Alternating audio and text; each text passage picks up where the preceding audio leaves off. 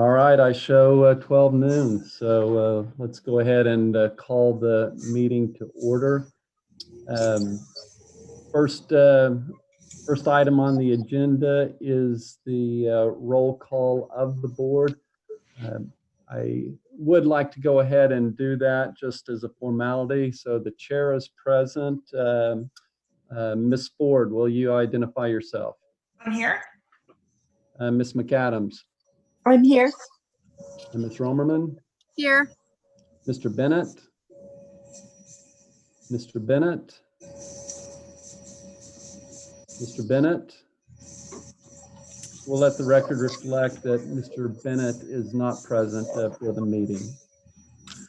I'm aware of one change that we need to make to the agenda. I believe item 3B1 on the agenda should read April 24th as opposed to August 24th. As I was looking at reconciling the agenda to the memo, I came across that, confirmed that with Mr. Logering that should read April 24th. Do we have any other changes that we need to make to the agenda? None that I know. Okay, I will entertain a motion to adopt the agenda as amended with item 3B1 stating April 24th as opposed to August 24th. Ms. Romerman? We need a motion. Oh, yes, thank you. I'll make a motion to approve. I'll second it. All right, thank you. Ms. Romerman? Yes. Ms. McAdams? Yes. Ms. Ford? Yes. And the chair votes yes as well. Next item are the items on the consent agenda. All of the following items, those items of a routine nature normally approved at board meetings, will be approved by one vote unless any board member desires to have a separate vote on any or all of these items.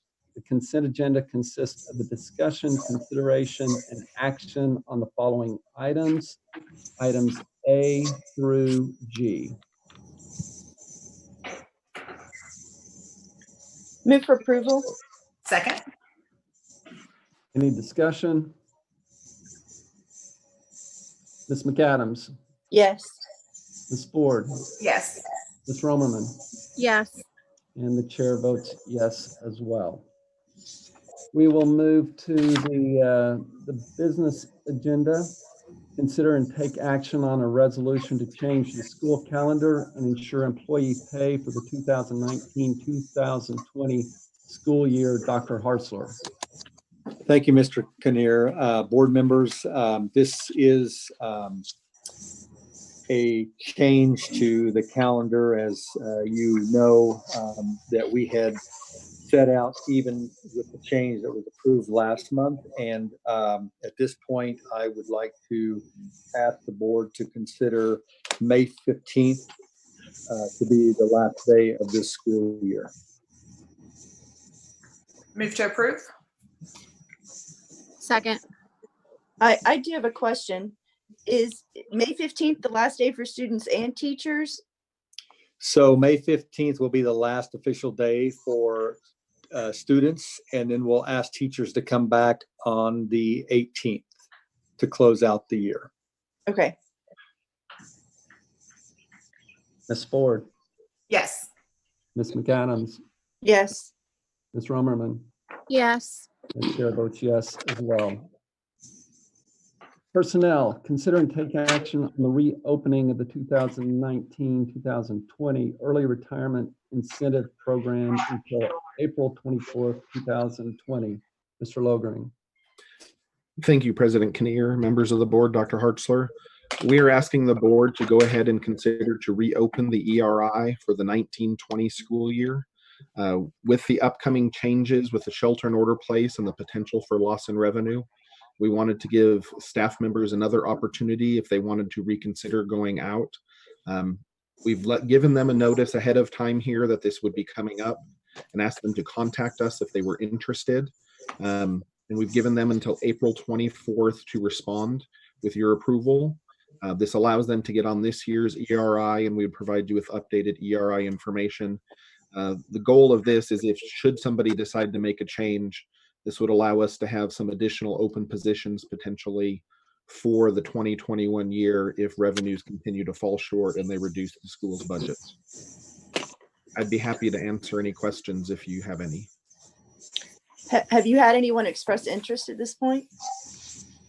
We've only had one person express interest at this point, but they do not qualify at this time. They still need another year before they qualify. 9 days is a pretty tight turnaround. Can you give some additional insights as to why April 24th and that needs to be that date, and not opening it up for a longer period of time? Yes, thank you, Mr. Kinnear. The April 24th date actually gives us just enough time within this fiscal year for employees to have their time to be able to rescind that request, should they choose, and still make it within this fiscal year and meet the TRS requirements. If we extend it any longer beyond April 24th, we'd go into the next fiscal year and we'd have to completely redo this, and it wouldn't be eligible.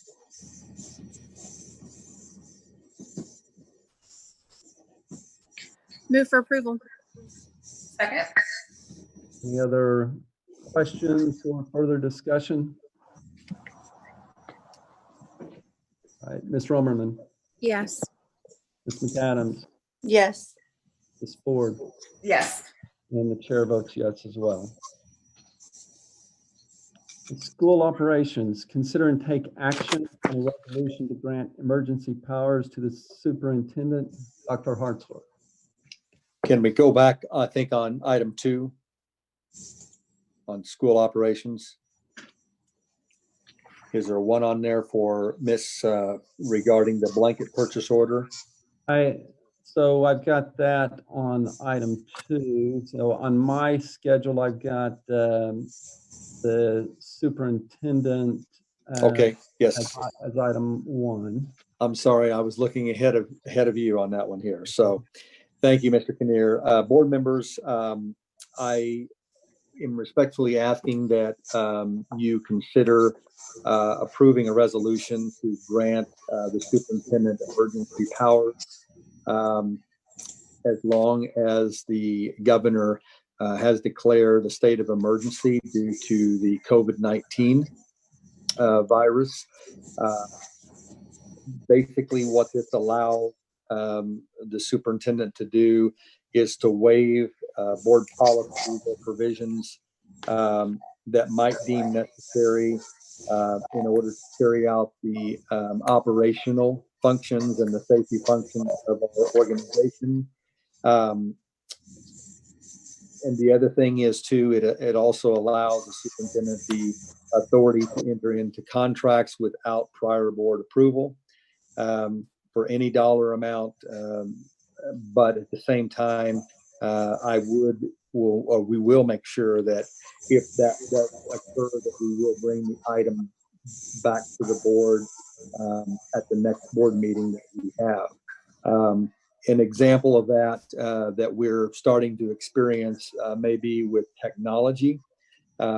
We have learned that there's about 120-day turnaround time with the technology vendors from the time we order a device or technology items. And if we were to wait on that and go through the normal process, that would put us really delayed.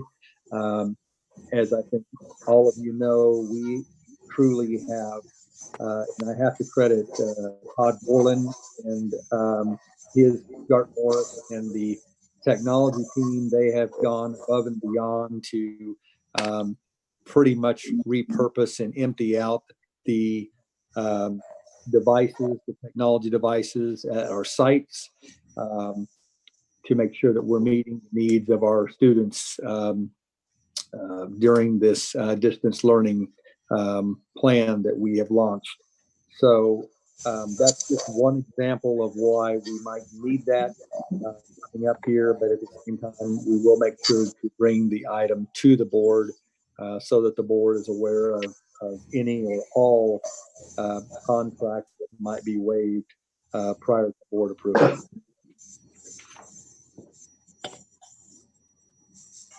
Be happy to answer any further questions that you might have.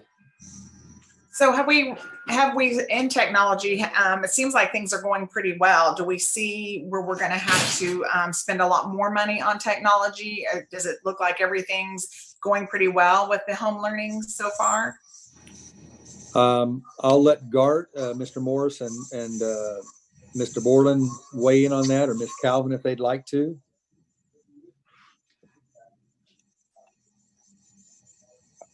As far as devices go, we've distributed to one device for every family that we've identified, that we've asked and we've offered. We distributed about 2,100 devices in the last 4 days.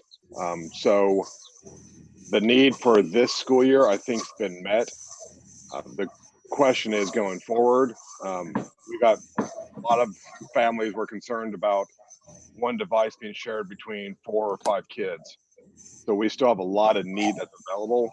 There's a lot of people without devices, but to get through the rest of this school year, I think we have devices. Every day I keep getting emails from more people that somehow missed the other communication that we're doing onesie, twosie deliveries to. But for the majority, I think for the rest of this year, we're fairly stable for right now. It looks like you all have done an amazing job trying to keep up with that and trying to get those devices in everyone's hands. And I couldn't even imagine just even trying to get the IT part of getting everyone set up, and the calls that you all must be experiencing. And thank you for getting that done. And I can imagine the teachers too, just trying to get on and getting everyone taken care of. It's not going unnoticed, and we appreciate the hard work that you and your team is putting in, and it's not going unnoticed, and we appreciate that very much. It's definitely been a team effort. We've had a lot from TNL that have come, principals and assistant principals, so it's not just our group. Definitely been the union way to get this out, but it's been going great. We got about 300 calls a day from parents and teachers, so we're a lot busier than we've ever been, but it's just a new normal. We've seen a massive increase in Canvas usage. So this only really covers 6 through 12, but in the first day of distance learning, we had more students logging in and looking at pages in Canvas. We actually tripled any full week we've ever had in one day. We had 500,000 page views, individual unique page views in Canvas on a single day. For this last week, we ended up with about 1.5 million page views, which is a super amount of traffic. So kids are getting on there, along with the elementary sites. We've tracked that through Clever when they're getting on there to look at their Clever stuff. We're getting thousands of kids a day logging in through Clever and accessing lessons and items that way as well. To go back to the question also, we are planning, Mr. Borland and Mr. Morris are working on a plan to purchase technology items so that we can be ready to start next school year out.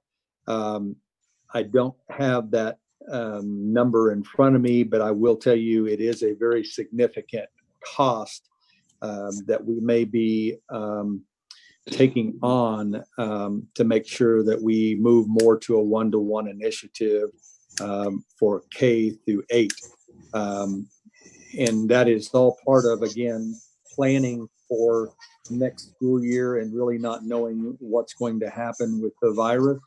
But I think it would be certainly wise for us to plan on next year, starting the year off with every student having a device. So that is, again, probably the primary reason as to why I would like to have this resolution passed by the board, is so that it could expedite the purchasing process of those devices that teaching and learning will be identifying that we need.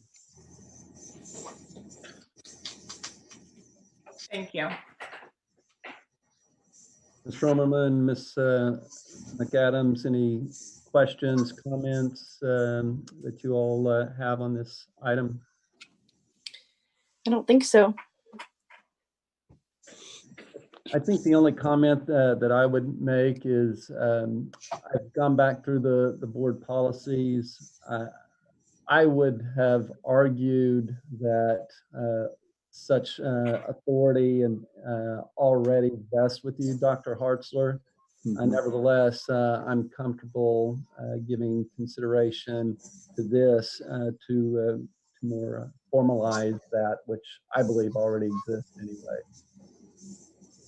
With that in mind, I'll entertain a motion to approve. Move for approval. Second. Ms. Ford, Yes. Ms. McAdams, Yes. Ms. Romerman, Yes. and the chair votes yes as well. Thank you. Next item, consider and take action on the blanket purchase order for $165,000 from general funds to cover all parent refunds for the extended day program. Ms. Field. Yeah. Good afternoon, Board President, Mr. Kinnear, Dr. Hartzler, and the board. We are requesting the approval of this blanket purchase order to cover the last half of March for extended day program costs, spring break, camp, April, and any remaining credits for the 2019-2020 school year. This will allow us refunds to parents. Move to approve. Second. Second.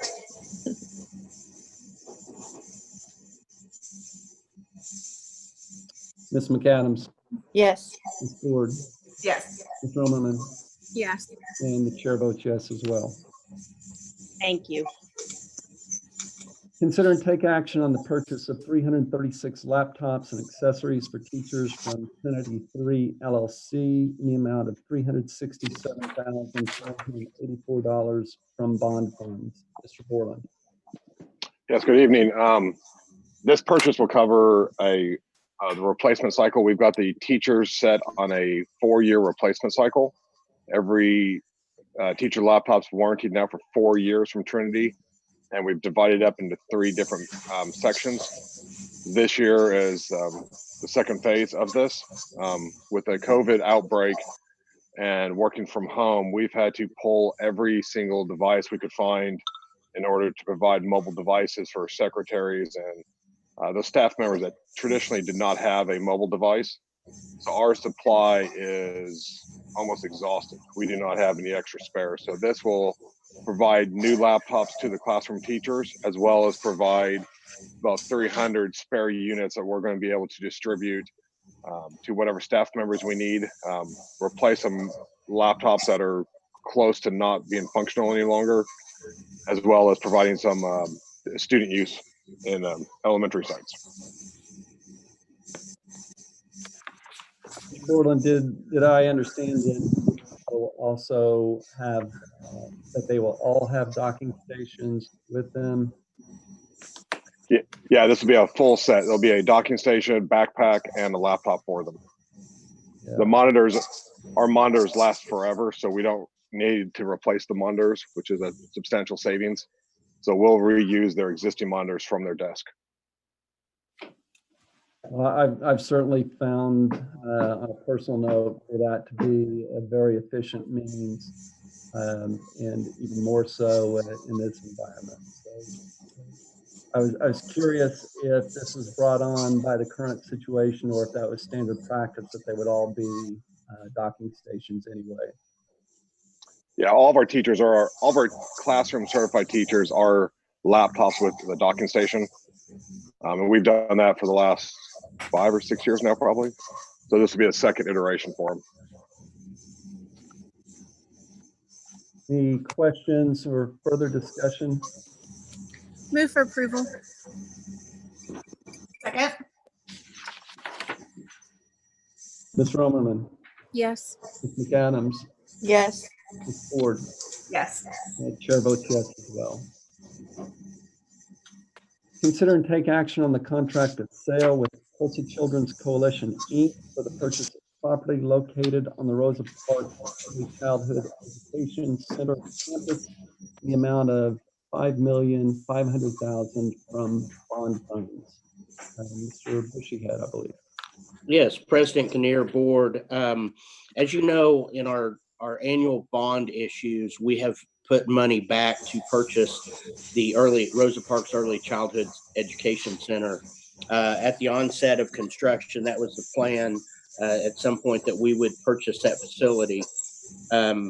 Because of some of the grants and so forth, we had to wait for the federal interest on the building to be released, and they have. So presenting to you the purchase contract. To give you a little background on the purchase price, in an effort to make sure we were paying fair market value for this facility, we did an appraisal. The Tulsa Children's Coalition also did an appraisal, and then we had a third evaluation, independent evaluation of the two appraisals, and as a result, we came to the purchase offering price of $5.5 million. This is really just the building and all the other improvements, which would include parking lot, the playground areas, and all the structures and all of the contents of that facility associated with the operation of the early childhood. So at this point, are we looking, this is our building, but CAP will be running through it? Well, this is CAP continues to run the program, yet there are two split programs on that facility. One that is what we refer to as the union CAP side, and the other is the CAP program. And so we're going to work with them. They'll continue to run this program and supervise it as they do, much like what we have at Briar Glen. It's just that we're going to own the building and all the contents of the building. Okay. I just wanted to clarify what the relationship was remaining in that building once we own it. Well, yes. The plan will be that rather than a ground lease, which is what we're now, what we have under contract with them, which is going to be released with this purchase contract. It'll be much like the Briar Glen building, where we lease the building to them. Yeah, I wanted to have it on record. Yes, thank you. Any other questions? It's been a long process, and you know, the evaluations, the appraisals, because it is such a unique facility. Early childhood centers are not a common real estate type facility around. So trying to determine, is it a school? Is it a child care center? That's where some of the difficulty, you know, in identifying whether or not it's a Class S school or a Class C school, and then looking at the value of the building in terms of its structure, but then also the value of the current use, because there are some particular characteristics of a building like this that you don't find commonly in other places. I mean, you know, when all your restrooms are open in the classrooms and the toilets are 1 foot off the ground, you know, that makes it a little bit of a unique facility that it's hard to compare with other buildings out there. So that was part of what took so long on the appraisal side, but we feel like, and I think the Tulsa Children's Coalition also feel like that this is a good value for both of us, and moving forward, we'll continue the strong relationship that we have with them. Remind me, Mr. Bushyhead, is this goes back 10, 12? Probably almost 15 Long years time. in terms, yeah, or maybe even a little bit longer than that, when we first started this unique partnership with CAP. The original lease was February 12th of 2007. That was the ground lease. So I was thinking that, you know, when they put it on the property, it was pretty close to that. So Yeah, I will also add just a little bit more too, is that originally we thought that the cost of this building to purchase it was going to be closer to $8 million. So I'm happy that this 5.5 was agreed upon by the Tulsa Children's Coalition. And I'm happy that the appraisals, all the 3 different appraisals, finally, we found a fair market price for that. Now, I remember about 5 years ago, something in the 7 million. So I'm very happy to see this wrap up, and I move for approval. Second. All right, Ms. McAdams, Yes. Ms. Romerman, Yes. Ms. Ford, Yes. and the chair votes yes as well. Thank you. Thank you. All right, I believe Mr. Isaacs has the next 4 items, the first of which is consider and take action to accept the bid for the Jarman Elementary HVAC and electrical upgrades project and approve and award the contract. Assign such contract to, is it Sliger Mechanical in the amount of $237,000 from bond funds.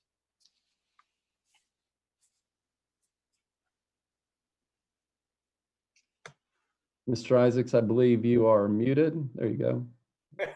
Dr. Hartzler, President Kinnear, members of the board, good afternoon. This is with your approval, this project will move a lot like the Darnaby project moved. It's a re-air conditioning of the Jarman facility, which has an existing air conditioning plant from the 1980s. So this is the first phase of that job. Excuse me. It'll involve re-air conditioning the gymnasium and the kitchen only. And then we're currently under design to do the rest of the school next summer. So with your approval, we'll move forward. And remind us, Mr. Isaacs, this is normal course, normal scheduling, nothing out of the ordinary on the scheduling of this. Normal, yes, sir. Normal course. Move for approval. Second. Ms. Ford, Yes. Ms. Romerman, Yes. Ms. McAdams, Yes. the chair votes yes as well. Consider and take action to accept the bids for construction of the high school expansion and renovation and approve and award the construction contracts. Assign such construction contracts to Crossland Construction Company, Inc.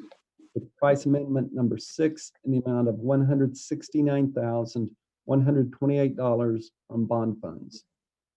Yes, sir. This is a continuation of our construction process and progress. And when we took bids in early March on the West Stadium complex for the high school campus, and we had some items in there that fit very nicely with the remaining 2019 bond allocation. This Amendment 6, which involves the door assemblies and the roll-up doors that will be installed with the stadium construction. So by approving this, it'll use up most of the bond allocation, if not all, for 2019 on the high school. I know we're not able to have our committee meetings, so a lot of these questions that we would ask would normally be asked in our committee meetings, but how are things going with the construction with the COVID? Are we on track? Are we behind? How are things going with the construction? They are going well. The east side, I know we're not talking about that, but the east side is moving along. We had a meeting today about both sides. The west side, they're drilling piers. It just so happens that the rain out there that we've had recently, I was so worried about that in that hole, it hasn't affected us. And our piers are 33 feet deep, and we are not encountering any groundwater. So we're at this point, we're doing great. Good, good. Move for approval. Second. Ms. McAdams, Yes. Ms. Ford, Yes. Ms. Romerman, Yes. the chair votes yes. Consider and take action to accept the bids for construction of the high school expansion and renovation and approve and award the construction contracts. Assign such construction contracts to Crossland Construction Company, Inc. with price amendment number 7 in the amount of $10,216,445 from bond funds. Yes, sir. So this would be the rest of the superstructure for the West Stadium. And with this, with your approval, this would allow us to finish most of the items involved. It's the mechanical, electrical systems, all the finishes that go into the facility at the athletic level and concourse level with the concession stands and such. There are some items that you'll see with an Amendment 8 that we're bidding right now. We did some value engineering on some of the items just to possibly get better pricing, which we hope will happen. But for now, this just involves the West Side Stadium complex and will be most of the superstructure. So remind us how Amendment 8 will fold into this. You expect it to be incremental or perhaps just a price adjustment on the 10.2? It'll be the rest of the 20 bond allocation money that's available right now. And we took advantage of the fact that we had early pricing on some packages such as the veneer on the facility. And so we went back and we're looking at areas where we thought we could do some value engineering and change some minor things to the facility to make the price more acceptable. And so the 10.2, how much of the budgeted amount for the upcoming year does that cover? Is it 80%, 90%? I'd say it's about 80%. It's about 80%. One of the big items is the veneer. We had veneer in areas where we didn't think we needed it, such as the fencing along the stadium sides was all veneer. And based on the masonry package that we received, we decided that we could cut that back and save quite a bit of money. So that's the major item of the Amendment 8 package will be actual bidding of the masonry veneer and also some of the CMU walls that are included in the package on the inside, the concrete masonry walls. Can I make a comment on this, Sure, President Kinnear? Yeah. We've added a new attachment to these memos to try to help. It's attachment A, just because with all the different amendments that are going to come forth through 19, 20, and 21 bond years, because we can't split those bond years when we pay. Hopefully that'll be helpful to show.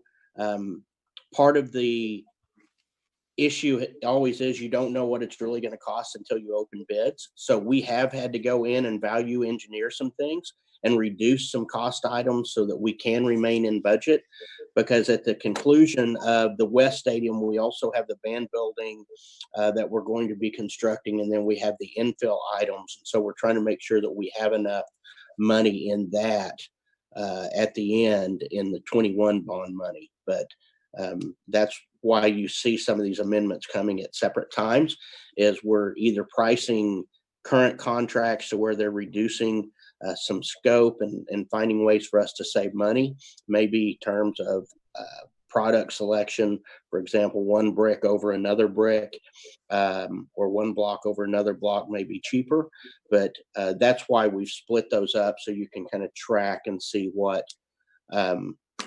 years we're pulling the money from. So Mr. Bushyhead, thank you for mentioning that. I did recall seeing that as I was going through, and then I forgot as we were having this discussion, but that is a very helpful attachment. And yes, I can see, should have referenced, it's probably about 70%. The 10.2 represents about 70% of it, but it's a very good and helpful schedule. Thank you for reminding me of that.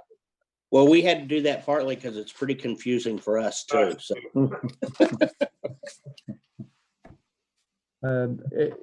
Any other questions, further discussion? And Ms. Ford, I appreciated your comment that normally we would have had opportunity through subcommittee meetings or the ability to refer back to subcommittee minutes for these items, so it's helpful to go through some of this discussion in the absence of that.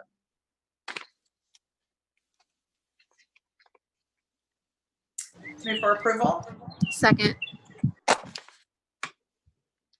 Any further discussion? I will go ahead and also add, Mr. Bushyhead didn't tell you all this, but the two, Mr. Bushyhead and I had to make an executive decision, I think last week or the week before, regarding the color of the beams.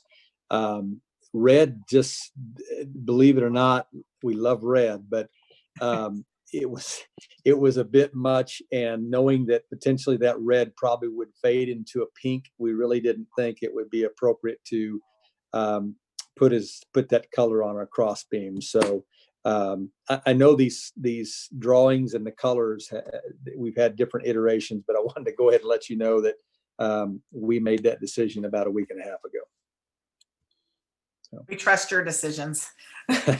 Well, we want the red. We love red. It's Union red, but it just didn't look right. And then also thinking about how it would fade eventually into pink.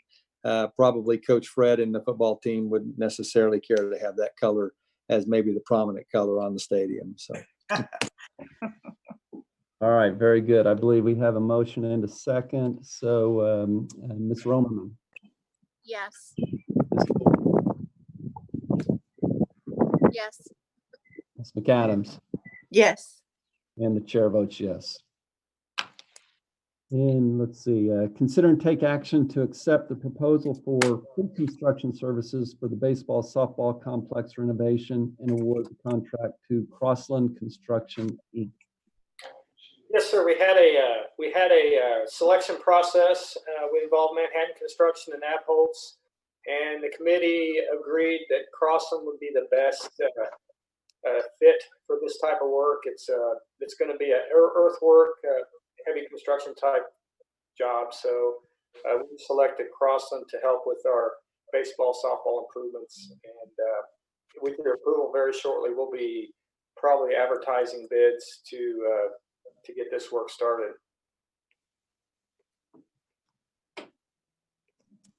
Very good. And I apologize for interrupting. Remind me again, do we have the full design worked out for that? Infield and outfield, infield only, drainage, etc. Yes, sir. So sorry about that. So far in this package, we have the design done, completed for the drainage and the turf for both the main softball field and the varsity baseball field. We've also included the fencing and new dugout construction for both of those fields, as well as some minor electrical infrastructure and low voltage improvements. So that's what's included in this package so far. Okay, and remind me, turf, infield and outfield, or infield only? Turf at infield and outfield. So it's synthetic turf also for what would typically be the dirt areas. Yes, sir. Okay. Very good. I think somebody made a motion to approve. Who was that? That was me.